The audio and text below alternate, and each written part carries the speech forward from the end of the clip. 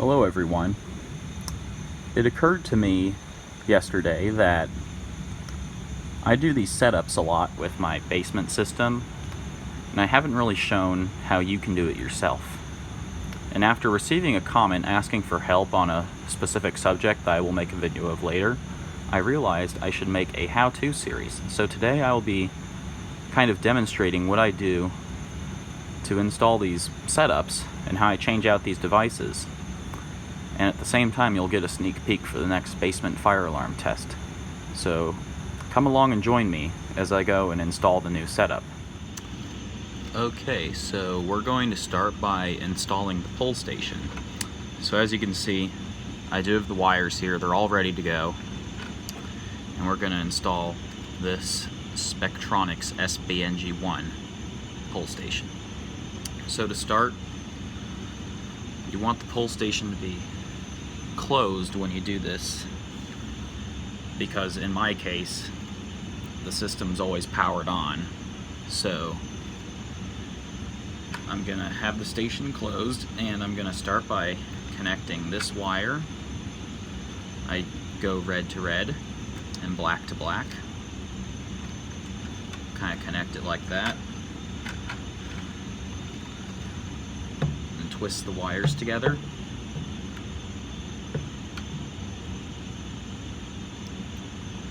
As you can see, like that. Oh, and the wire broke. Jump cut, and I'll be right back.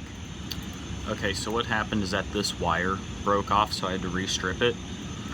But basically, you just connect these together. Try and get this all on screen. But you just kind of tie the wires together, sort of like this. Now, a lot of pull stations will have terminals on the back, and you'll just want to connect those by putting each wire inside the terminal and screwing it down tightly.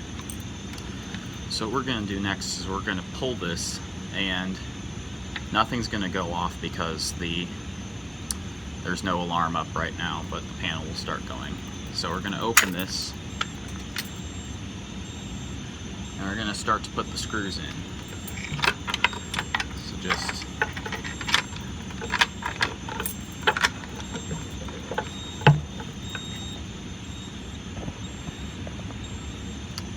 yeah, my camera isn't held up very well. But just put the screws into the box, get them finger tight.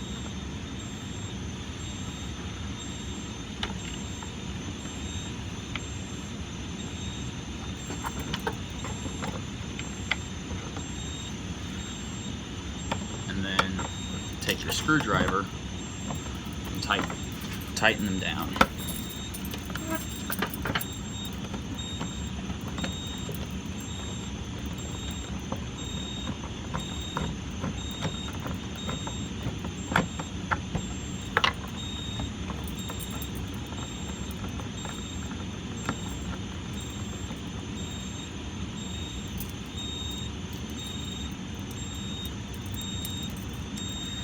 And then close the pull station,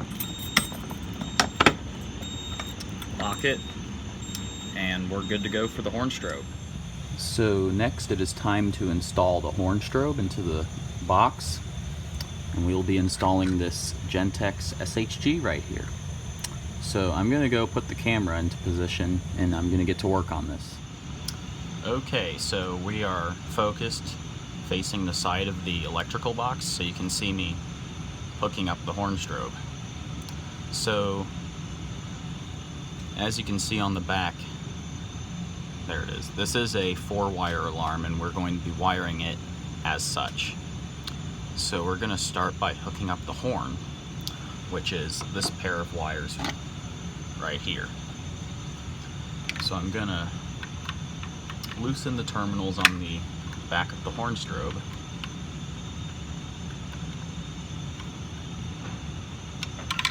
and take these wire nuts off.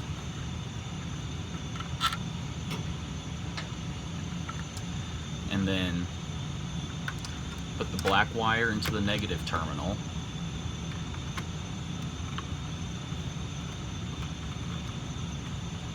and the positive wire, the red one, into the positive terminal. So now the horn is hooked up. So we'll take the next pair of wires right here, which goes to the strobe. So we'll take the wire nuts off again, like so, leaving the two conductors open. And then do the same thing.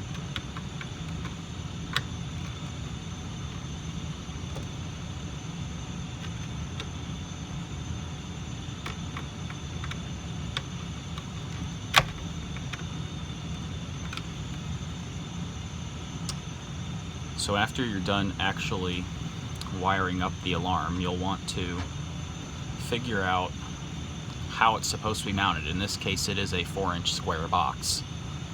So you'll take all of your wiring, put it back in the box, and press it up against the box. You'll put your screws in, line them up with the mounting holes,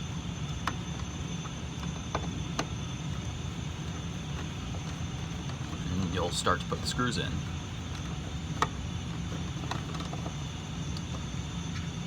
Now, what I like to do is I like to get the screws partially in first, just so I can get it all lined up. And then once they start to catch into the threads of the box, which it has, I then tighten it the rest of the way.